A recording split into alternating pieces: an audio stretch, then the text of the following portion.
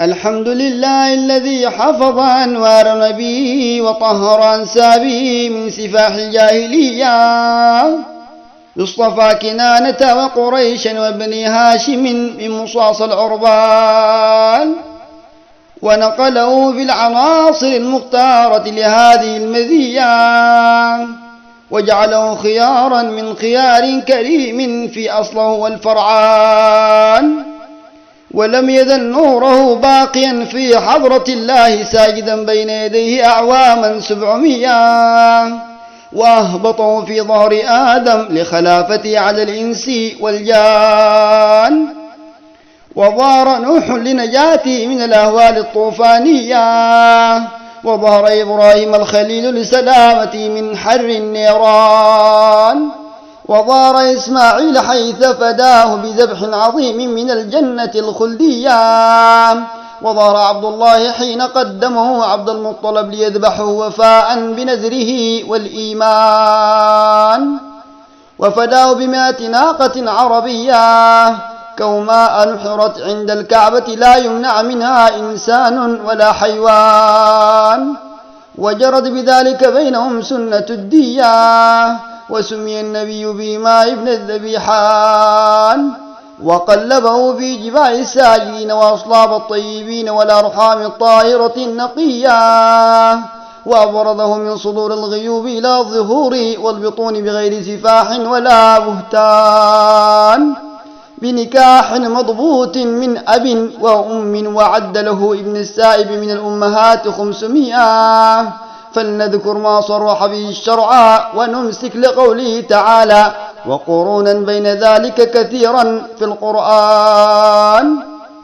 فهو سيدنا محمد بن عبد الله من زوجته آمنة بنت وهب الزهرية القرشية، ابن عبد المطلب من زوجته فاطمة بنت عمر المخزومية ربة الأحصان، ابن هاشم من زوجته سلمى بنت عمر النجارية الخزرجية، ابن عبد مناف من زوجته عاتكة بنت مرة السلمية أهل الرفادة والسقيان، ابن غصي من زوجته حي بنت حليل الخزاعية، ابن كلاب من زوجته فاطمة بنت سعد أددية أهل اليمان، ابن مرة من زوجته هند بنت سرير الفهرية،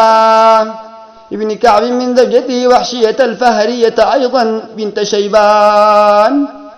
ابن لؤي من زوجته مارية بنت كعب القضاعية،